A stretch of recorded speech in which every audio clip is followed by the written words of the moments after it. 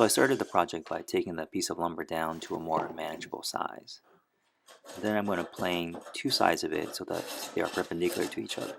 The reason I want them to be perpendicular to each other is so that I can use a table saw later to make it into the more smaller sizes, which is a lot faster than a hand saw.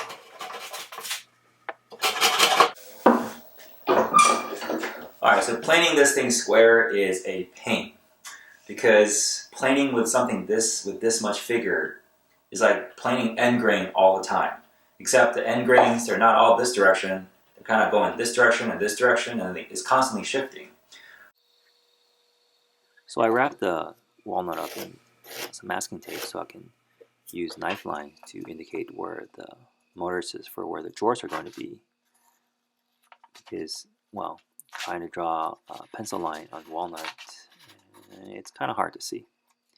So masking tape works pretty well. And I'll use the drill to remove most of the material for the mortises. So I'm using some pretty standard techniques to clean out these mortises.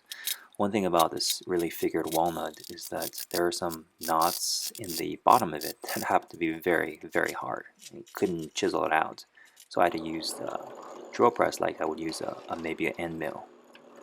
This piece, it broke as I was chopping out the rest of the mortise there, so I may have to take this piece out as well to create one bigger drawer. I sure hope I don't have to remove any more pieces, because I'm going to end up with one giant drawer instead of some smaller drawers. It wouldn't be a chest of drawers, it would just be a chest of drawer. One of the running theme of this project was how many times can I change my mind. Here I'm thinking maybe a Stanley Cup ornament, and here I'm thinking maybe a cylinder ornament, and this looks more like a bell. So I just fitted the drawer front to this thing here. I'm going to use the fitting I got here to cut out the drawer back. Every time I cut something by hand, I have to square up one of the ends with a shooting board here. And I'm cutting out the drawer sides here on the table saw, and they're about 1/8 of an inch thick. And every time I cut a piece of it off, I have to square off one of the ends. So the drawers are marked to approximate depth of the mortises.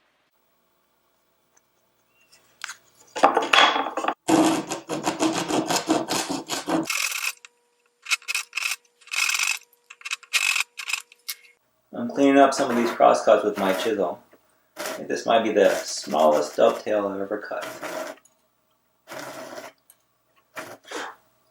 Barely see the line where I'm working. I think I'm getting old. These are just really tiny. Can you see that? There we go. Usually I would do most of this work with a coping saw, except this time I have to use tiny little chisels, because I think with the coping saw I would pretty much push right through this piece of sassafras with just a couple of strokes. And transferring the sassafras to the maple and digging these out is a little bit more challenging than the full-size version. The bottom's made from very thin pieces of ebony. I taper the side so that it would fit into the drawer frame a little bit easier. The side of it here I can cut all the way through, and because this is actually hidden by the front and the back. But the front and the back I can't cut all the way through, so I have to make a special tool so I can dig out a trench for the drawer bottom to sit in, and it's kind of a pain. Since this drawer is cut like a regular drawer, the glue up is also like a regular drawer. The drawer bottom is not glued. In this case it's ebony versus plywood, which is great for drawer bottoms. It's left unglued so the side can move if it wants to. The drawers are made slightly oversized so I can use the plane and sandpaper to take it down so I can get a nice and snug fit. I put this on the lathe and turned it a little bit without anything holding it in. And this is what happened. A little corner kind of broke off. So there is just, I don't know if you can hear it, but a very small amount of movement. So So what I'm going to have to do is figure out a way to get these drawers to stay in there tight enough and in a firm position so that I can turn this, but not so much that I can't get it back out. I decided to use cheese wax. It's a low temperature wax, so it's either going to work or make a huge mess.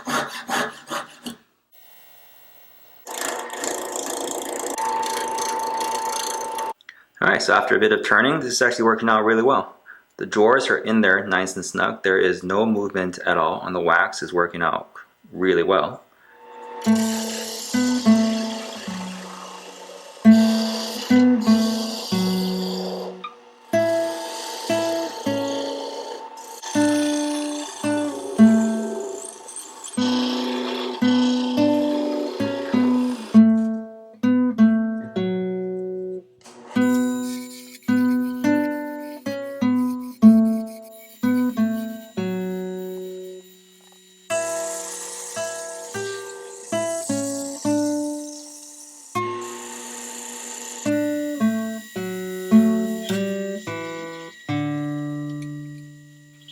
This part of the drawer kind of got turned into it because I was trying to achieve a specific taper at this angle.